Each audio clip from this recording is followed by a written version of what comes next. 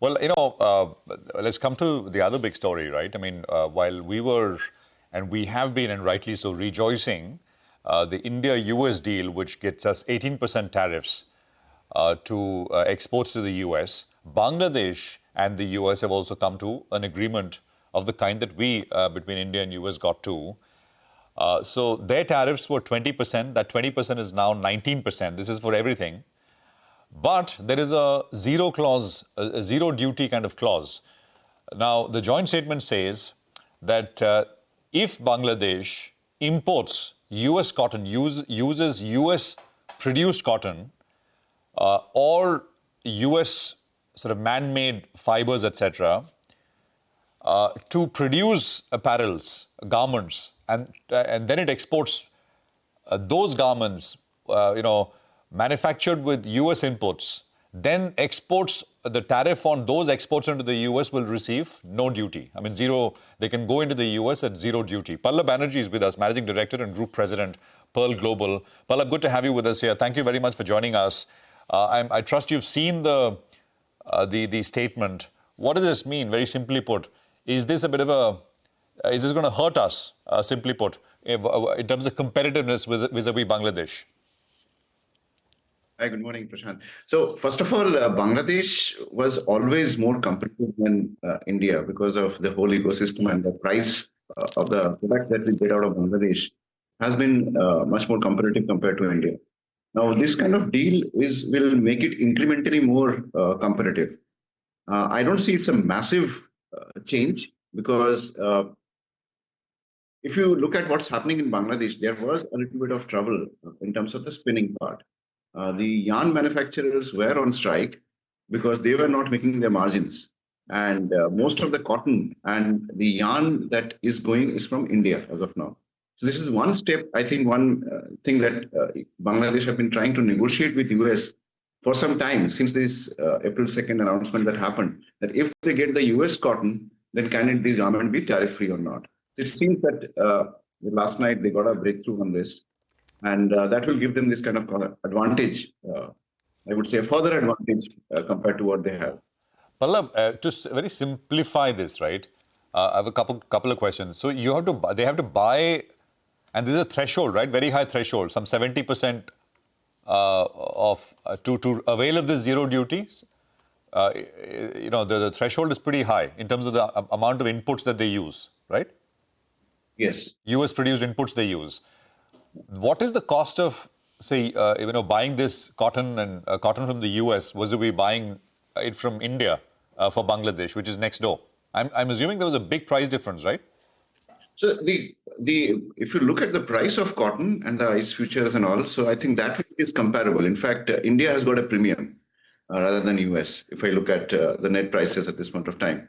So the challenge would be the transportation. And there would be some incremental cost for transportation. They will start, what will happen, I think, I can only assume at this point of time, they will start storing US cotton in Bangladesh and start spinning yarn out of that and then use it for the garmenting. So if that happens, then they get this 19% advantage of tariff.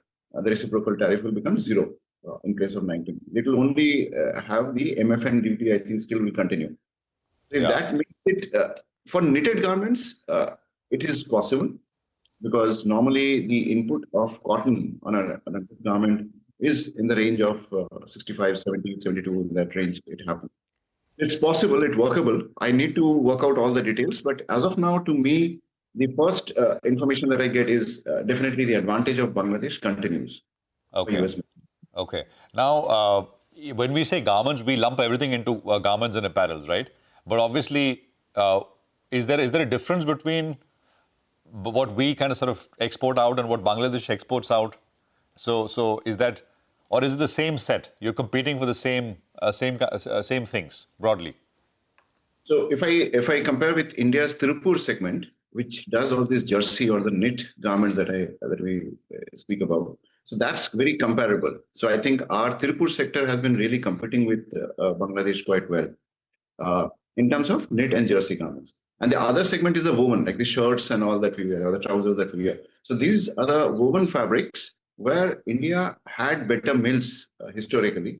But of late, in the last 5, 6 years, Bangladesh also has really upend their game, and they have good investments, and now they have good mills to make these kind of textiles and fabrics, which can be the raw material product for the garment. So that way, like we are connected.